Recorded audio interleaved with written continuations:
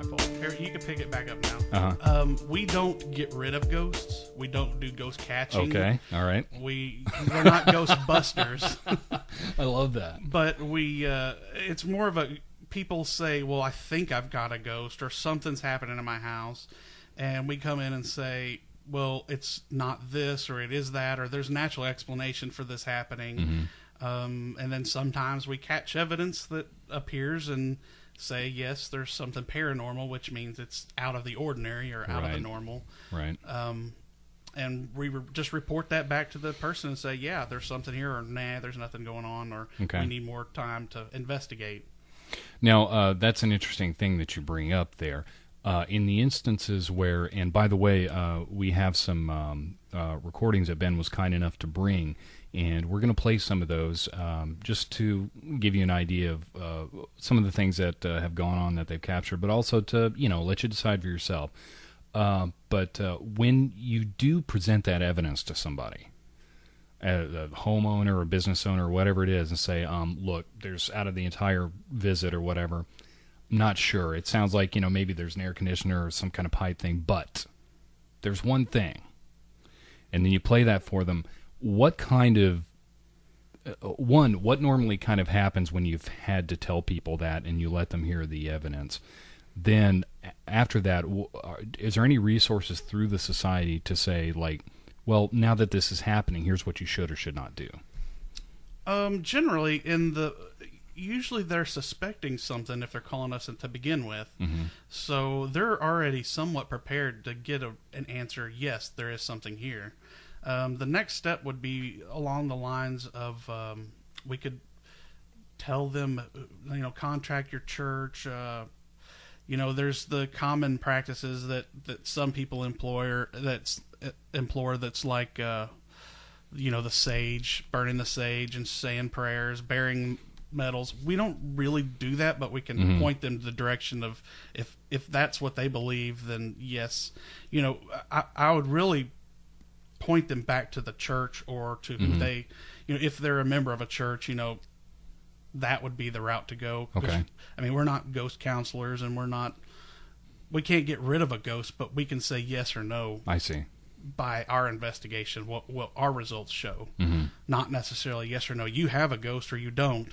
It's more of a yes, we found stuff, or no, we didn't. Right. But as aftercare, understood. It's like, well, see you later. No, I'm just kidding. Yeah. But from what I could see on the website as well, and by the way, would you like to give the website out for anybody that's listening? Yeah, actually, it's tnghosthunters.com, and we've got the link, tennesseeghosthunters.com. I just haven't had time to link them yet. Gotcha. But they'll both point the same place. Right, and there's different resources on that site, because I've gone to the site a few times now to check it out, because I'm interested in things like this. Obviously, as you mentioned earlier, there's been more of a pop culture, kind of a mainstream thing, where everybody's trying to get, with the success of, what's the original big show that kind of came out? Was it Ghost Hunters? It was Ghost Hunters, and the group was TAPS. Right. The Atlantic Paranormal Society. Gotcha. Yeah, and there's been a few others that have had like specific specials or pilots that they've shot. So there's definitely people are trying to put that up there. So there's been more of a popularity recently, but it's interesting to me that you noted that this group has been around for actually several years before that kind of sort of mainstream sort of injection happened. Yeah, it was a meeting of people with common focus or common interest in, what's out there, what's happening. Right. Do ghosts exist? And that was the initial idea behind the group. So has the same kind of investigation been going on for the history of the group, such as set up recording equipment, cameras, that kind of stuff? Like, how long has that really been going on for this group? Actually, that has been going on for a long time, probably since the beginning, but as technology comes along, we've added new stuff, and so setting up takes a lot longer now than it did when you just had a handheld recorder, a flashlight, and a camera. Gotcha. So... yeah, it takes a lot longer now. With I think we use the DVR system. We've got full spectrum cameras, night vision handheld cameras, audio, wireless got EMF detectors and just all sorts of equipment that we bring along on an investigation. Oh, wow. So there's not, for anybody out there listening, this isn't just a few people showing up, like you said, with a flashlight or even just a tape recorder. That you are actually trying to, and I kind of want to go down this road for just a second. There's something to be said for the methodology of information gathering and trying to get definitive proof of something, even if it's not proof like the general sense of the word, but or at least just a record of something saying, hey, there is something here. So when y'all go to do this, y'all came out. I am Southern. Yes. Speaking our language. Some people don't know, but I grew up here in Tennessee. So when it comes down to going to a site and things like that, there is a rhyme and a reason to it when you show up and yes okay. Actually, and if you watch the shows, they actually do follow a lot of the same protocols that we use. You do tour at the beginning and ask the person, well, where is stuff happening? Where's the most active spots? Because that gives you an idea, where should I focus my equipment? Afterwards, we do put the equipment out, the point being to catch tangible or readable scientific calculations for the phenomenon. Yes, for the phenomenon, or yes, to catch actual differences and changes in that. So there is I guess a method to the madness of all the equipment and having it all there. The more you have, the more chance you have to prove and disprove stuff that's caught. It's always great to have like an audio recording, but also have something video to see what's going on in the room. When you catch something, you think that's a spirit talking. Well, it could be the dog came in and burped or something, which has happened. Okay, maybe not dog burping, but other people burping, and comes an awesome E.V.P. Yeah, and we're definitely going to play a few things here in just a few minutes. And that's fascinating. So are different members of the group kind of specialists in those specific pieces, or is there just one, like you or maybe just a couple of people that kind of have everything and set stuff up? Really, we really operate as a group. We have one lady that probably caught half of these EVPs that always catches EVPs. She's like a magnet to them. Interesting. And she takes her recorder with her pretty much everywhere she goes, and she can get stuff almost anywhere she goes. Right. So really, there's no designation. Hey, you're great with this, so you're this. It really, we operate as a group, and as a group, we make those decisions. So most people get used to the equipment, and so most people in the group understand how to use most of that stuff. Yes, all the equipment. Pretty much everybody in the group can use any piece of the equipment we have. I want to go back to something you actually just mentioned, and you were mentioning. You said that a member of your group had, tended to have a recorder with her and things like that, and she, tends to be, you're maybe being euphemistic, but you're saying she seems to be a magnet for that kind of thing. Do you believe that certain people, individuals, whether they're part of this group or not, are kind of sensitive, so to speak, to things like that, or maybe their presence or something like that they do kind of helps bring it out, or do you? What are your personal thoughts on that? Well, not. That's hard to just really say, because I would say no. I'd say that it's luck of the draw, but then at the same time, we do have somebody that she can catch stuff on her recorder. I can be recording right next to her and not catch any of the stuff that she gets. Interesting. So it's kind of like, well, maybe so, maybe not. Do you think there's any difference between digital technology and good old-fashioned analog tape recording? Has there been any kind of thing that you've seen ever that would differentiate those two as far as being able to capture an EVP? That's a good question. A lot of people are die-hard analog, and a lot of people like me I say let's go digital because it's unlimited space and doesn't make noises when the tape's turning. Right. It's just to each his own. You get stuff either way. Okay. If it's going to happen, it's going to happen. You'll pick it up. Yeah. I've used both, and I prefer digital because I like to go back with the audio file and cut out all the blank spot on using the computer. Right. And then that's cuts down the analysis time greatly.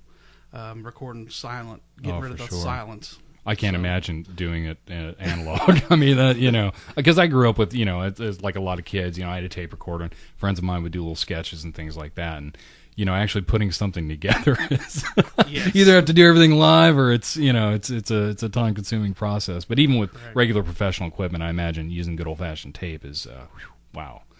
Yeah, it's not. It's like cutting a film these days. Like, an independent filmmaker can grab a digital camera and some software, and it's really about your talent at that point. So as far as Tennessee Ghost Hunters go, you mentioned how long the group's been around.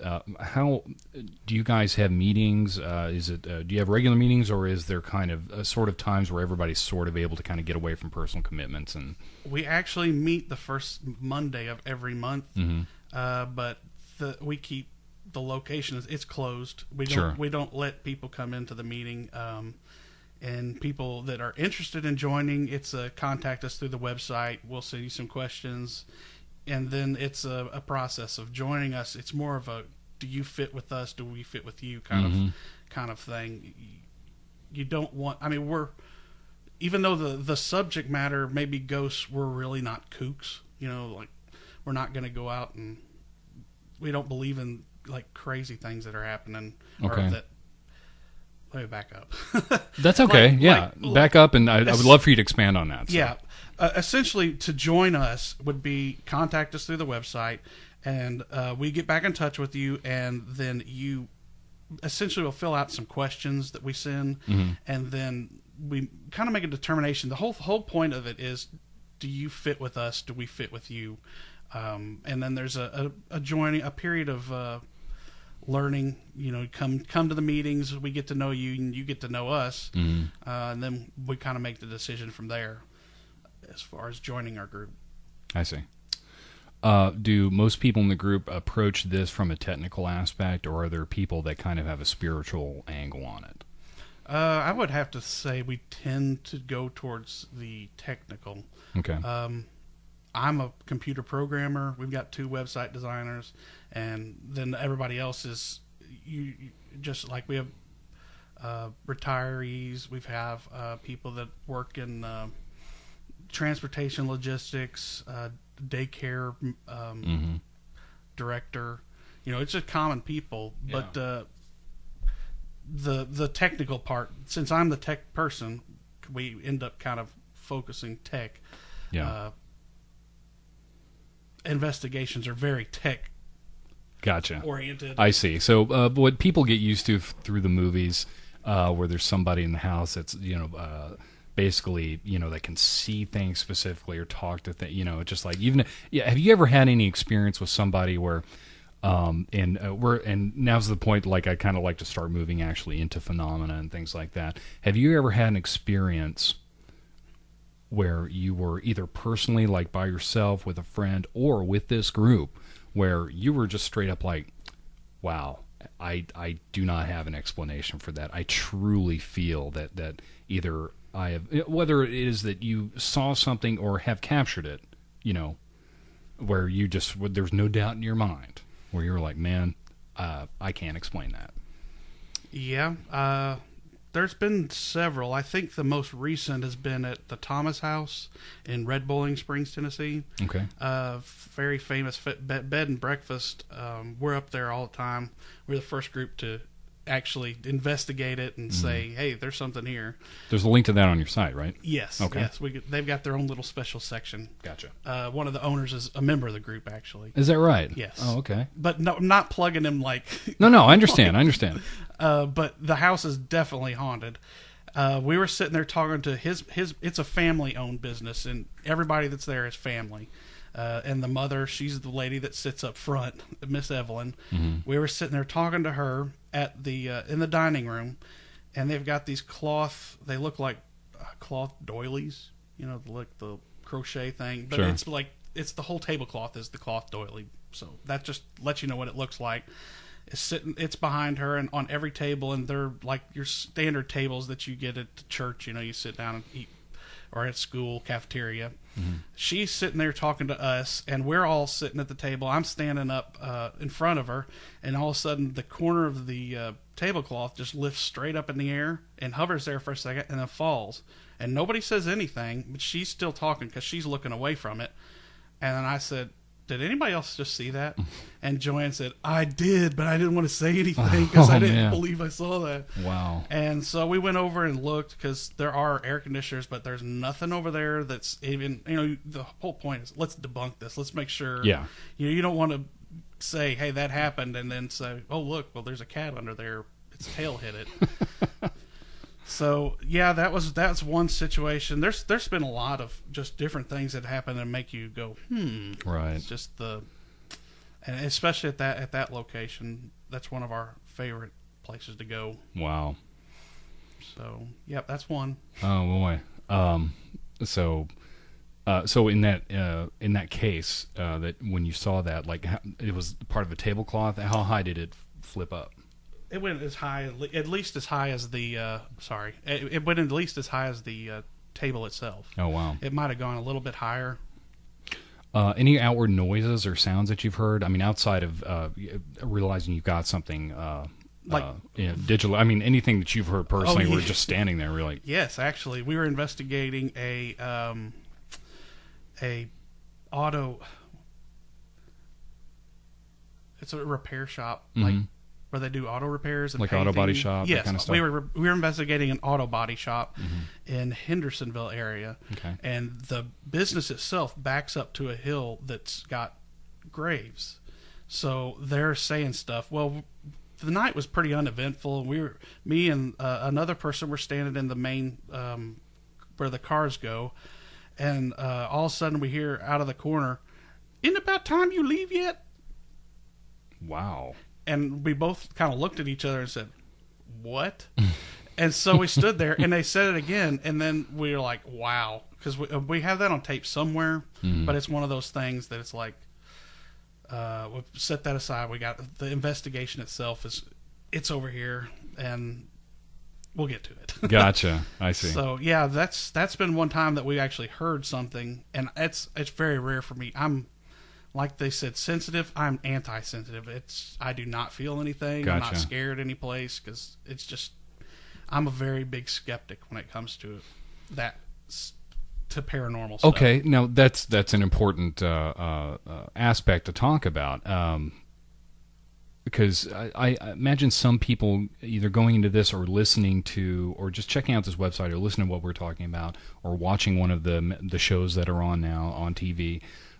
They've got to wonder how many people in the group are really truly coming at it. This is initially kind of what I was trying to ask earlier. I just didn't get to it. How much of a level? Let's see, what level of skepticism goes into, I guess, the group in general? Whenever you go to check out a house or a place and interview people and things like that, are you really? I think it's important for people listening to this to know that are interested in what you do, that you are trying to gain evidence that if something, are you saying that if it's obvious that something is not happening, you will be the first to point that out? Oh, definitely. Most of us actually come to to an investigation as a skeptic, not that we don't believe that ghosts don't exist, but we need proof to say that ghosts exist here. Or that something strange is happening here.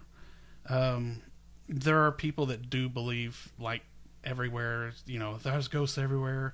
But as for our group, a lot of us are take that role of the skeptic, saying, well, prove it to me that ghosts are here. Okay.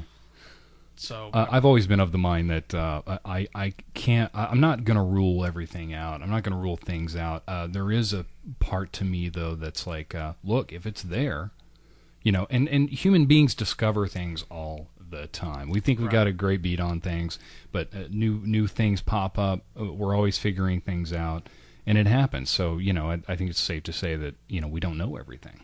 How many people... Or what's a general consensus in the group? Does everybody in the group believe that ghosts exist? Yes, I would say really everybody does believe that ghosts exist. I mean, I guess really if you're spiritual, you would believe that ghosts exist. At least in the Judeo-Christian Bible or the Christian Bible, Jesus comes back and says, "Oh, Thomas, touch my hand," so you believe that I'm not a spirit. Okay. I mean, so it's gone on for a long time that ghosts that have existence. There is some level of credence you should give to that, as that's kind of how we believe that ghosts exist, but how prevalent they are in our environment, we don't know that exactly. Right. You find places that you do get a lot of evidence, and you say, "Hey, that's leads credence to believe that place is haunted." So that's kind of a long answer for a That's little okay. question. That's okay. And it's so far just absolutely fascinating stuff. So, what? And you don't have to answer this if you don't want to. If you don't want to go that deep in your personal opinions, and it has nothing to do with religion or anything like that. What do you believe, or at least what's the general consensus? Or maybe there's two answers here. What do you believe, and what is the general consensus of the Tennessee ghost hunters? What are ghosts? I mean, what did you have any kind of thought as to like what that phenomena might be? Because you've heard the theories that maybe they're the leftovers of an emotional event, or that it truly is some kind of level of a spirit that maybe is not moved to somewhere else, or needs to go where it needs to go, or something like that. Do you think is it just a big shade of gray, or? I'd say in my personal opinion, I say it's a very big shade of gray. You get the textbook definition, what everybody says on the TV definition of what a ghost is, and that it's a person died with stuff left to be done. I really can't say either way, because there's people that die every day tragically that you don't ever pick up from or hear from, and it's that is what you believe yourself kind of thing. I'm just there, whatever. Oh, I got you. I didn't know if you had a strong conviction about any of it, or if you're really just still in that place where you're just, hey man, I'm looking. No, I personally don't have a very strong conviction about what the definition of what a ghost really is, and since we can't really prove it one way or another, it's hard to say, yeah, that definition's correct, or this definition's correct. I understand. Okay. So, I mean, it's a unprovable science at this point. I mean, yeah, you gather evidence, and you gather enough evidence, but you're not going to convince. Pardon me. Yeah, I was going to say. That's. I have not turned off the vibration on my phone. At some point or another, I'll grow a professional arm and then get it figured out. That was not me. So. Awesome. I mean, so far, Ben, thank you very much. Now, I'd like to move into a portion. Ben was kind enough to bring over some audio clips. He also has other types of evidence, and if somebody wants to, because you were mentioning the fact that you put together kind of that are video clips where they feature the audio and things like that, but you like pictures and things like that. What's the best place to go to really check that stuff out? I would just say go to our website. Especially when we gather new stuff, that's where it'll be updated. Okay. The stuff that I've done, I don't think it's on there just yet. Okay. That's actually good. So how long have you been gathering things for this group so far? Now, you've been with the group, you said, a few years, but... I pretty much defaulted into the tech position as I... one day said, let me just redo the website that we originally had. And of course now it's way outdated looking, but then from then on I've been the tech guy in the group. So I would probably say 2 or 3 years, but it's everybody that's collected anything, they'll give it to me so that we can archive it at least. Gotcha. So you don't misplace it or whatever. We'll have a copy of it. Oh, that's phenomenally important. Just being able to keep those records straight. And so you're working on a method to kind of properly archive everything. Yes. And wow. Yes. Wow. Oh, that's fantastic. Well, without further ado, we're going to listen to some clips that Ben has been kind enough to bring over. And I'm just going to kind of swing it over here so you can look at what. We're going to play a few things here, and Ben's going to tell us basically kind of what we're listening to, where it was. So what's the first track you'd like to talk about? Well, we can do the first one there. It's from the Bellevue. That is actually from a private investigation of a residence. There's husband, wife, daughter, and new baby. The daughter is probably 2 and was not there during the time of this investigation. And this actually leads up to the mother telling us what one of the nieces saw going up the stairs, which I was standing there next to her just recording as she's talking about it. And we picked up this E.V.P. from that. Come up to probably the 4th step, she said, and it was an invisible figures, which she called see through him, and through him, through him, through him.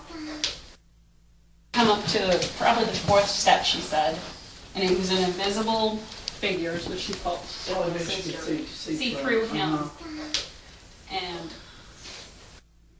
which what you're hearing there is towards the end is it sounds like a little girl saying "please stop," which you can edit it back in, or I guess. If we can play it, I have no problem with playing these a couple times. It's not and I like the idea of kind of you setting it up and then playing it and having people hear it and see what they hear, and then saying what you hear. Right. I know there's been other radio shows in the past that they've had people come on and they will very aggressively say, "This is saying this," and it's like, well, now you're kind of suggesting to us. Right. So, okay, so let's go ahead and play this one more time. Come up to probably the 4th step, she said, and it was an invisible figures, which she called see through him, and through him, through him, through him. Come up to probably the 4th step, she said, and it was an invisible figures, which she called see through him, and okay. Well, definitely. I hear what sounds like stop for sure. Yeah, sounds like a child saying stop. And some of these, it's best to listen with headphones, which sure. So, but I think that's good that you mentioned that it's important to kind of get up close to these recordings. Okay, so here's the second one. What have we got here? Oh, okay. Well, actually, we'll do this from the location. Okay. This is a historic home in the Gallatin, Hendersonville, that sort of area. We don't really say the name of it because it's owned by the state, and they would poo-poo on us for having recorded there. Oh, I see. To keep people from getting in trouble, we don't really say what the name of it is, but sure. Anybody that's come to our event probably will have seen pictures or knows which one we're talking about. But this building was started construction, I believe, in 1798. The people who lived there, they built everything was constructed from there. The windows were melted there, or whatever they do with the windows, however they make them. The beads, you can still find them on the ground that they used to melt together the windows, and the bricks were made on the site. And this place was built on the top of a hill overlooking a river, or not a river, a stream, I guess. This E.V.P. that goes for this group of E.V.Ps. That's the location. People live there. They had slaves. It's and state owns it now. This E.V.P. was taken outside of there. The group was talking about actually standing outside by a picnic table, talking about how great Savannah, Georgia would be, and that there's so many places to go there that are historic, because not only do we like ghosts, we like history and that kind of thing. It just kind of goes with the territory. So that's basically where this picks up. Okay. Way, shape, or form. Even if it's just for a few, for a few days. I think that's where we need to go. I think it is too. Let's go there. We couldn't even possibly see it all. I mean, yeah, it's just too big. It's too big, and there's too many historic places. I think it is too. Let's go there. Okay, I'm going to play it one more time really way, quickly. shape, or form. You know, even if it's just for a few, I would love to I for think a it's few worth days. I think that's where we need to go. I think it is too. Let's go there. we couldn't even possibly see it all. So what are we hearing there? Well, as they're talking about going to Savannah, somebody interjects saying, "I'm a ghost here. Let's go there." That's what we hear it saying, and it's pretty plain to me actually that's what's being said. And what's really interesting about that is that if it is a ghost, it's acknowledging it is a ghost. That's so interesting. it's aware that it's dead. I say it sounds like a valley girl.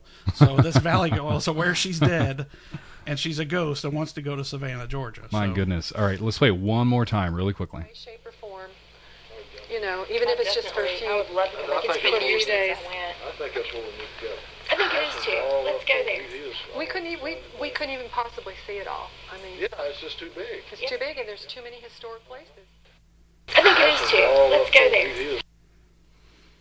Wow. Sounds That's pretty very clear to me. very clear.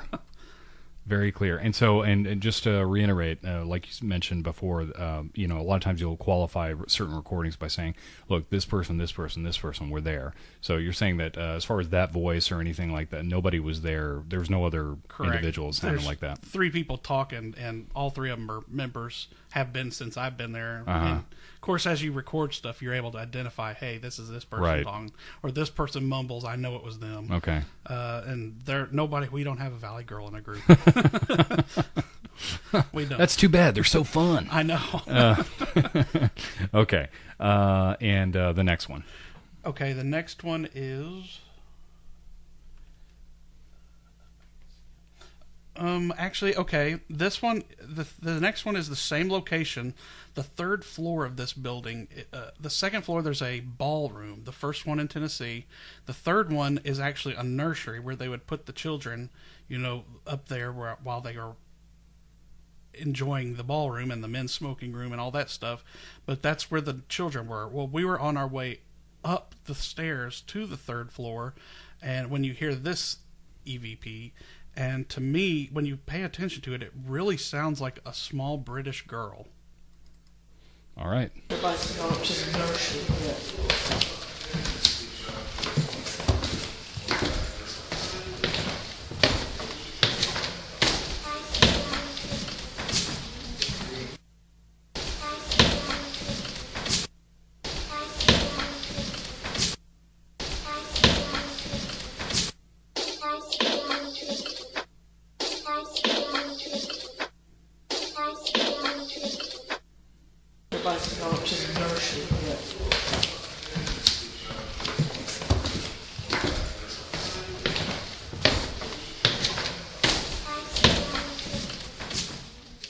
All right. So, what are we hearing there? Well, to me, it sounds like it's a girl she either has a speech impediment or British, but I say British because of the next EVP we'll play. She's saying, "I see young people," is what we hear her say. Okay. And we're on our way up to the nursery as we're hearing that. Of course, there was a young person with us, an 8-year-old, but she and another member of the group had gone outside to look for those beads I'd mentioned earlier. Oh, okay. Because there's colored ones as well, so they're out there looking for those. And of course, the little girl, that's something she would like to do. So she was not in the building. Gotcha. So who was on the steps when that was being recorded? Joanne, me, and I hear, I believe, Cindy in the background talking way away, because this mic's very sensitive. Gotcha. Let's play it one more time.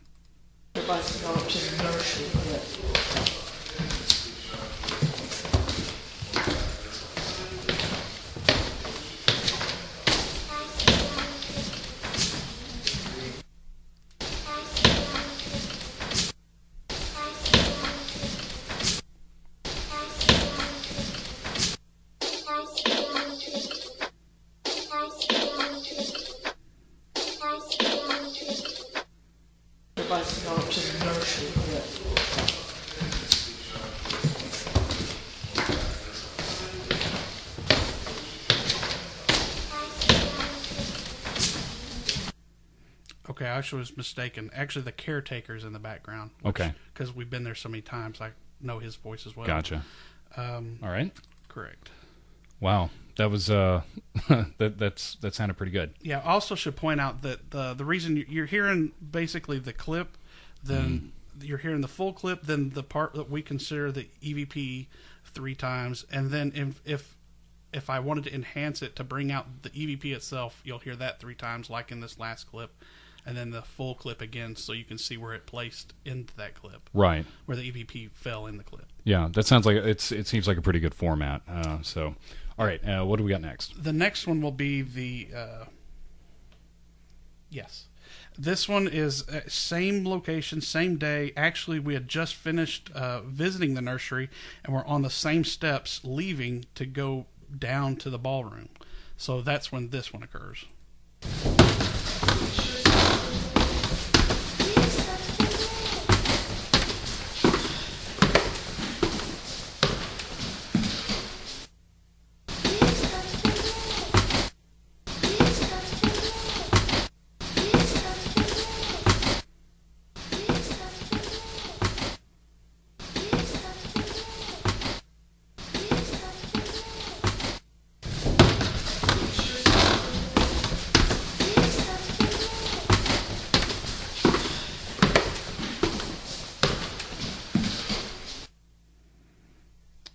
So all right.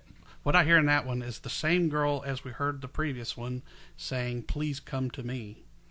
So it's the first one saying, "I see young people." As we come up, we get done up there, we leave, and as we're leaving, she's saying, like, "Please come back to me." My goodness. Or, "Please come to me." Wow.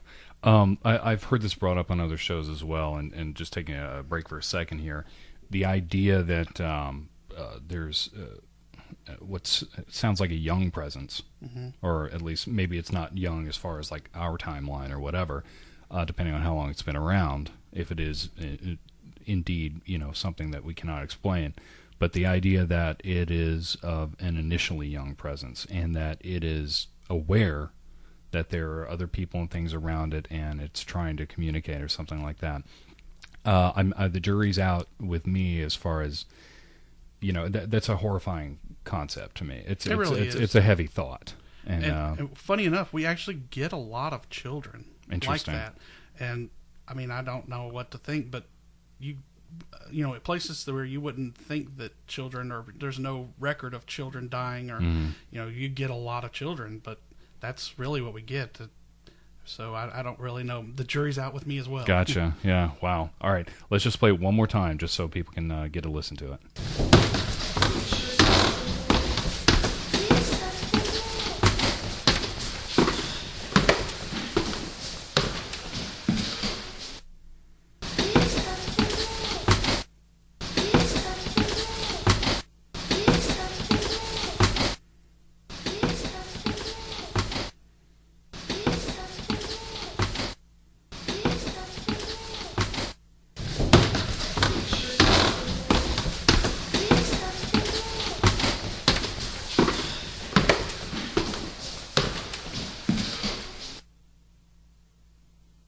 Okay. All right, so that was that location. What's the next location we're going to talk about? The next one is called the Thomas House. It's a bed and breakfast in Red Boiling Springs, Tennessee. It's a family-owned establishment. They've been the location itself has been there since the 1800s. It actually, if you go in, I'm sure they'd be happy to give you all the information. There's pictures everywhere. Mm-hmm. But the house burnt, and they built it, and it burnt. Part of it burnt again, and then they rebuilt that, and there's been murders there. A guy got caught with his wife. My God. And they fought up the steps to the balcony, shot him, and threw him over the side of the balcony, and that person disappeared. They don't even know where that person ended up. A boy died in the pool.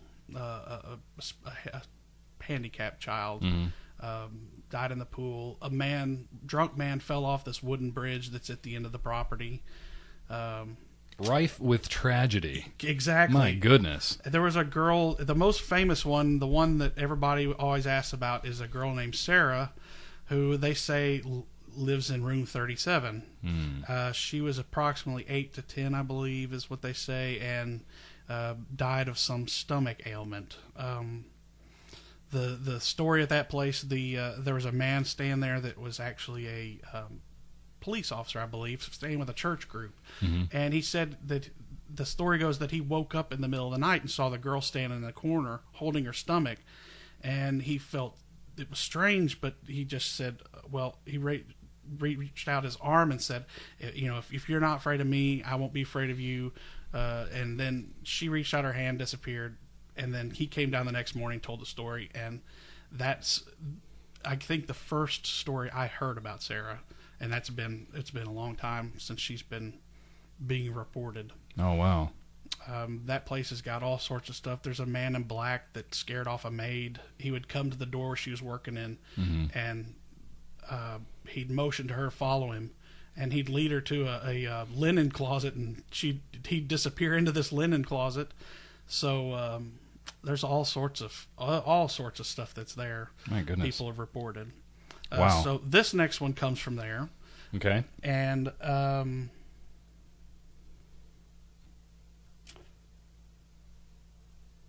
actually, it comes from a new piece of property they bought. It's directly across the street.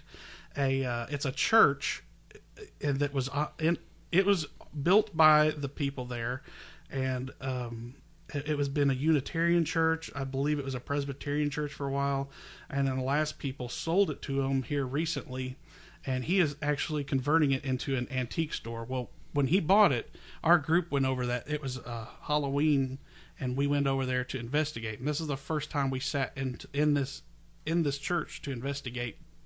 Not that things have been reported, but the property itself it sits on the same property as the house, Gotcha. Just across the street. Okay. So we decided, let's go over there, and this is one thing we caught there. Send you back over to go to bed, Robert. Is that Robert falling asleep again?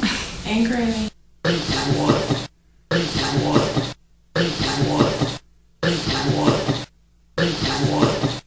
Send you back over to go to bed, Robert. Is that Robert falling asleep again? Angry at me.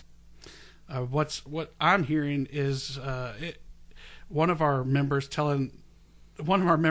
is no longer with us, he passed away. He had a knack for always falling asleep because it's, of course, quiet and dark. Mm-hmm. And so I think he started nodding off, and the girl sitting next to him, she said, I think he's falling asleep. And another member of across the room, she says, is that Robert falling asleep again? And what I hear is somebody saying, I think I would, like, send him back to the house. Actually, that's not what was said. What initially was said is she's saying, do we need to send Robert back across the street? The girl across the room says, is that Robert falling asleep again? And something replies saying, I think I would, referring to sending Robert back across the street. Wow. So that's what I'm hearing. All right, let's play one more time. Send you back over to go to bed, Robert. Is that Robert falling asleep again? Angry at me.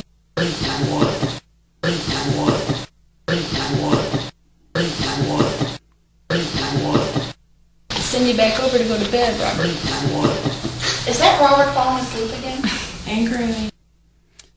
So like you said before, once we start recording with each other, we learn each other's voices. I can guarantee you nobody in my group sounds like, I think I would. Gotcha. Okay. Well, that's an important distinction to make for sure. And what about the next one? The next one would be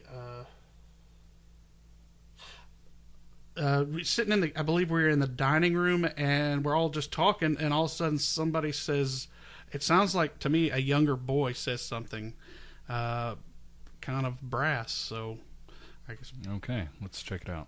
In that end of the room, she got mad at it and threw it against the door. I am going to go later tomorrow. Joel, stand up.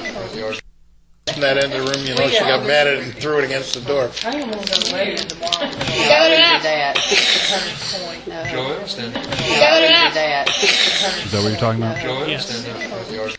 And I just realized my mom's in that one. Is that right? Yeah. Okay. And she went with me the first time I went, and I hear her in the background talking. Okay. And what was being said there? I'm hearing "Shut It Up," which is actually funny for us because the person talking at the beginning, likes to talk a whole lot. Gotcha. All right, one more time. In that end of the room, she got mad at it and threw it against the door. I don't want to go to wedding tomorrow. You got it up. You got it up. You got it up. Joel, stand up in front of the yard. Wow. So how can Very you strong shut it opinion. up? Yes. This last one, I actually was not on this trip, but it's a very good one.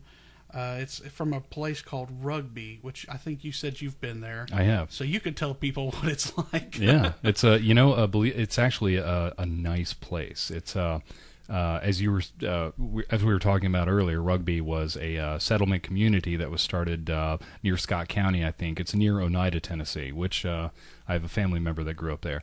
And it was a series of, it was a few barns and some farmhouses and a couple of utilitarian buildings, for storefronts and things like that. And the idea was, I believe this was the mid to late 1800s. Mm-hmm. It was. And they basically, the idea was to set up what we might know now as a commune, except it was, based on, farming and work and things like that. But they kind of wanted to do their own thing.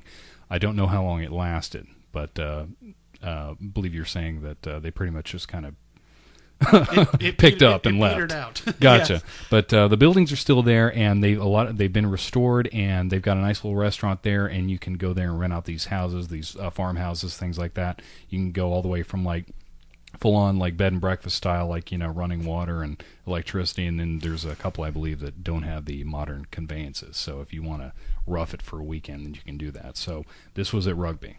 Correct. This is at Rugby. Okay. And let's see. Let's go ahead and play it.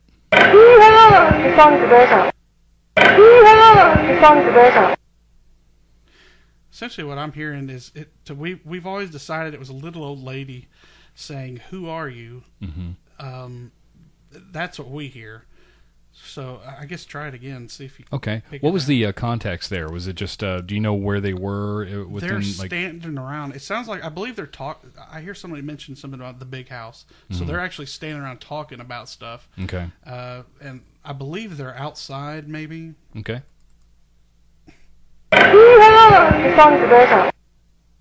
One more time. Interesting. Yeah, it's almost like it's being sang on some level, just kind of it's sort of drawn out. Right. Which, Wow. it is the South, so we're allowed to draw things out. Certainly. that confuses some Northerners. I call it slow playing. See, but it's good for negotiation tactics, though. True. So.